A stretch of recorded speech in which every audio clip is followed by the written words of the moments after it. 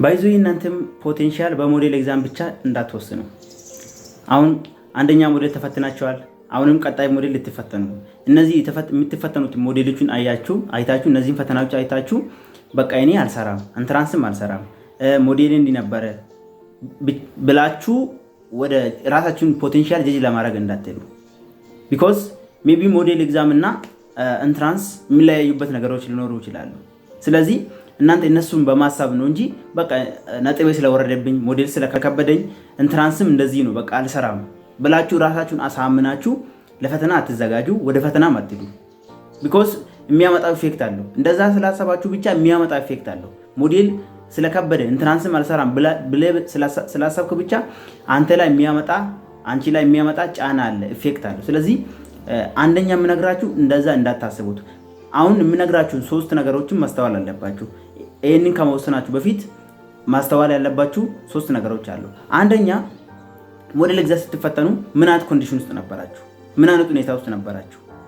ይሄንን ማወቅ አለባችሁ። ይሄንን ሳታውቁ ኮንዲሽኑ ሳታጣሩ ሞዴል ወርዶብኛል ኢንትራንስ ማልሰራው ወደሚለው ውሳኔ አትድረሱ።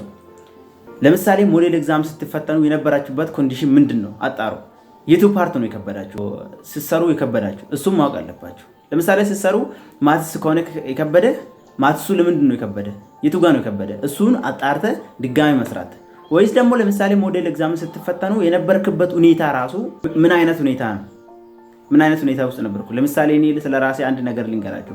ሞዴል ኤግዛም ሲፈተን እኛ አካባቢ ቤት ፈረሳ ከአንድ የሚገርማችሁ ሞዴል ኤግዛም ሲፈተን 3 ቀን ሙሉ ማለት ነው። 3 ቀን አንድ ቀን ከጓደኛዬ ጋር አንድ ቀን ሌላ ጓደኛዬ ጋር እያደረኩ ነው ሞዴል ኤግዛም ተፈተንኩ። እንደዛ ሆኜ እንደዛ ተፈትኜ ሞዴል ኤግዛም ሲመጣልኝ ለምንድን ነው ዝቅ አለብኝ ብዬ በራሴ ተናድጄ ነበር። ግን ሳስበው ለካ የነበርኩበት ኮንዲሽን ለዛ ነጥብ የሚዳርገኝ ነበር። እሱም ማሰብ አለባችሁ። ምን አይነት ኮንዲሽን ውስጥ ነበራችሁ? እንደውም ደግሞ ሞዴል ኤግዛም ስትፈተኑና ኢንትራንስ ስትፈተኑ ምን ላይ ነገር አለው? ምን ላይ ነው ካላችሁ የእናንተ ኮንሰንትሬት የምትሆኑበት ኢንትራንስ ላይ ብዙ ኮንሰንትሬት ትሆናላችሁ። ያላችሁ አንድ ቻንስ ብቻ ነው። ከኢንትራንስ በኋላ የሚጠብቁት ሌላ ነገር ሌላ ፈተና ስለሌለ ኮንሰንትሬት ሆናችሁ ያነበባችሁትን ሁሉ እያስታወሳችሁ ነው የምትሰሩ። ግን ሞዴል ስትፈተኑ ምን ታስባላችሁ? ኢንትራንስ የሚባል ነገር አለ። ስለዚህ ዝቅ ካለብኝ ራሱ ያላችሁ ስለምትፈተኑ በቃ ብዙ የመስራታችሁ እድል አይኖርም። ለዛ ነው ዝቅ የምልባችሁ እንጂ የእናንተ ፖቴንሻል የእናንተ አቅም እሷ ደግሞ የወረደባችሁ ያቺ ነጥብ ብቻ ነው አይደለም ማለት ነው። ስለዚህ የመስራት ፖቴንሻል አላችሁ። ግን በቃ ሞዴሉን ነጥብ አይታችሁ ራሳችሁን ጀጅ አታርጉ። ሁለተኛ ደግሞ ስትረስን አስወግዱ። በቃ ስትረስ ጭንቀት አስወግዱ። ማለት በቃ ሞዴል ወርዶብኛል ኢንትራንስም አልሰራ በቃ እንዲሆነው ብላችሁ አትጨነቁ፣ አታስቡ። በቃ አሁን ለምሳሌ ማሰብና መጨነቅ ይለያያል። እናንተ ማሰብ ያለባችሁ እንዴት ጥሩ ውጤት አምጥቼ እንዴት አልፋለሁ፣ እንዴት ቤተሰቤን አስደስታለሁ ብላችሁ ማሰብ ነው እንጂ በቃ ሞዴል ስለወረደብኝ ኢንትራንስም አልሰራም በቃ ምን ማድረግ አለብኝ አጥንቼም ሳላጠናም ያው ነው ስለዚህ ማጥናት አለብኝ እንደዛ ብላችሁ አታስቡ። እንደማታስቡ ማቃለው። ግን እያሰባችሁ ያላችሁ ልጆች እንደዛ አታስቡ። ለጊዜው እኔም አስቤ ነበር። ለምሳሌ ሞዴል ተፈትኜ ከጨረስኩ በኋላ ኬሚስትሪ ኤግዛምን አስተማሪ ሲያሳይ በጣም ነው ያዘንኩት በራሴ ማለት ነው። ኬሚስትሪ በጣም ነው የምወደው። እንደምን ደግሞ ሰራለሁ ክላስ ውስጥ ኬሚስትሪ ሰራ ነበርና ግን ሞዴል ላይ ተፈትኜ አስተማሪ ሲያሳይን ከመቶ በጣም ወረደብኝ።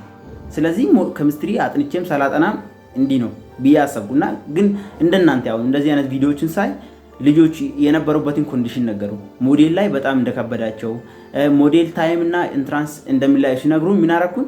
ወዲያውኑ ሞዴል ተፈትኜ እንደጨረስኩኝ ነጥቡን አየሁ። ኬሚስትሪ ወረደብኝ። ምን ማድረግ ጀመርኩ? ማጥናት ጀመርኩ። ኢማጂን ሞዴል ላይ እንደዛ የወረደ ዝቅ ያለብኝ ነጥብ አምጥቼ ኢንትራንስ ደግሞ ከ80 እስከዛ ድረስ ነው ያመጣሁት ማለት ነው።